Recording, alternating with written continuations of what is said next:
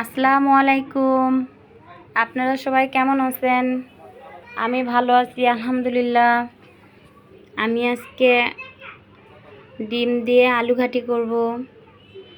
আলুটাকে সিদ্ধ করে চটকায় নিছি, তারপরে ওটার ভিতরে লবণ, হলুদ, মরিচ, ধনিয়ার গুঁড়া আর একটু জিরার গুঁড়া দিয়ে নিচ্ছি। আমি আবার সব তরকারিতে আদা রসুন বাটা খাই না, কারণ সব তরকারিতে আদা রসুন বাটা দিলে তরকারিটার স্বাদ অতটা ভালো থাকে না। আমি এখন পেঁয়াজটা চুলায় দিছি, দিয়ে ওটার ভিতর দারচিনি, এলাচ আর একটু জিরা ফোড়ন দিয়ে নিছি। দিয়ে ওটাকে একটু ভাজা হলে একটা সুন্দর একটা গন্ধ বের হলে তখন বোঝা যাবে যে এটা হয়ে গেছে। ওই টাইমে যে মাখায় রাখছিলাম আলু দিয়ে হলুদ মরিচ দিয়ে ওইটা আবার ওইটার ভিতর ঢেলে দিলাম, পেঁয়াজের ভিতরে ঢালে দিয়ে একটু নাড়াচাড়া করতে হবে, কারণ এই টাইমটাতে একটু নাড়তে হবে। কষানোর টাইমটাতে আলুটা নিচে না হলে লেগে যায় পাতিলে। তারপরে বলক আসা পর্যন্ত অপেক্ষা করছি পানি দিয়ে।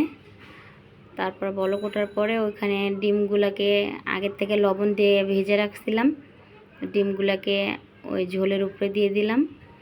দিয়ে কিছু টাইম আবার চুলায় রাখছিলাম, রেখে একটু লবণটাকে টেস্ট করছি, করে অন্তরে এই যে শেষ পর্যায়ে আমার রান্নাটা এরকম হয়েছে। আপনারা কমেন্টে আমাকে অবশ্যই জানাবেন আমার রান্নাটা কেমন হয়েছে।